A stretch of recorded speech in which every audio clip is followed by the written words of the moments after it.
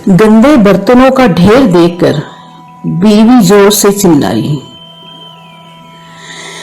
ये चिराग का जिन हमेशा मर्दों को ही क्यों मिलता है, औरतों को क्यों नहीं मिलता?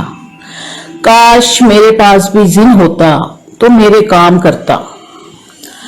बीवी के मासूम ख्वाहिश सुनकर एक बड़ा जिन हाजिर हुआ और बोला, कानून के मुताबिक एक औरत को एक वक्त में बस एक ही जिन मिल सकता है और हमारे रिकॉर्ड के मुताबिक तुम्हारी शादी हो चुकी है और तुम्हारा जिन तुम्हें मिल चुका है। उसे अभी तुमने सब्जी मंडी भेजा है। रास्ते में वो टेलर से तुम्हारा सूट लेते हुए और ग्रोसरी स्टोर से घर का सामान लेते हुए आएगा और तुम्हारे सर दर्द की दवा भी लाजमी लाएगा। फिर काम पर चला जाएगा और शाम को घर आते हुए तुम्हारी पसंद की आइसक्रीम भी लाजमी लाएगा।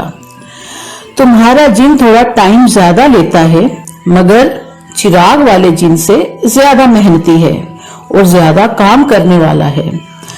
सब करने के बाद तुमसे जलीलो ख्वार भी होगा। अब ये हमारे बस के बाहर है।